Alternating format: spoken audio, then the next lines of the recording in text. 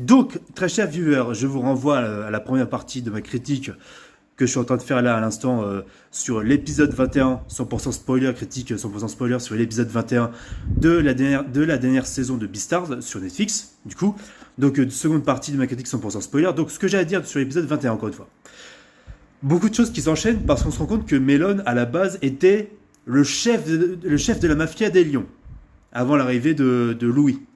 On va en parler de Louis parce que c'est très intéressant ce qui se passe avec Louis. Et d'ailleurs, on se rend compte que Melon, dans le passé, a eu le traumatisme de sa mère qui, à tout moment, pouvait le bouffer. Et donc, c'est pour ça que Melon avait tué sa mère quand il était gamin. Et en fait, voilà. En gros, il y a l'un des lions qui a failli remplacer, qui a failli justement devenir chef, mais Melon débarque et finalement, il pète la main, enfin, il expose la main de l'un des lions qui a failli devenir chef de gang.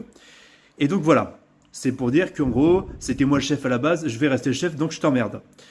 Et là, t'as le lion qui se fait couper la main, qui finalement se dit, bah il est à la moitié herbivore et carnivore, Melon, c'est lui le roi des animaux.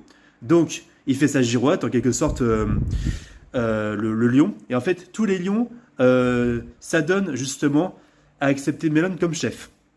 Sauf un certain lion qui a une sorte de crête, je sais pas quoi, et une balafre, qui est un peu dans le doute, et même le plan nous le met bien en avant justement, pour bien montrer qu'il est à distance. Alors que Melon, avec son regard sarcastique et machiavélique, et on le sent dans son regard, quand il y a l'autre lion qui fait sa lavette, et en fait il décide de lui laisser sa place de chef, on sent qu'il y a un contraste très intéressant qui pourrait amener à un gros twist intéressant de chef de gang, et de garde de gang aussi.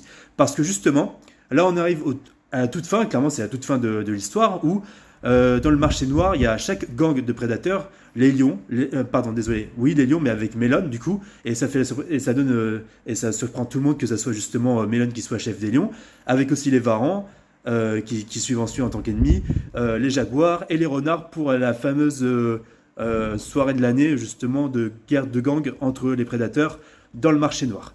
Et donc forcément, les deux petites souris partenaires d'équipe du chef des souris là, qui s'est détaché justement de Yaya à la base, bah en fait vont prévenir Legoshi, qui se fait discret bien sûr, mais Legoshi, tu vois, il va débarquer à cette dernière soirée justement, et là c'est tous les derniers épisodes qui vont suivre, les 3 derniers épisodes, où en fait Legoshi va être confronté dans les épisodes finaux contre le méchant principal de l'histoire.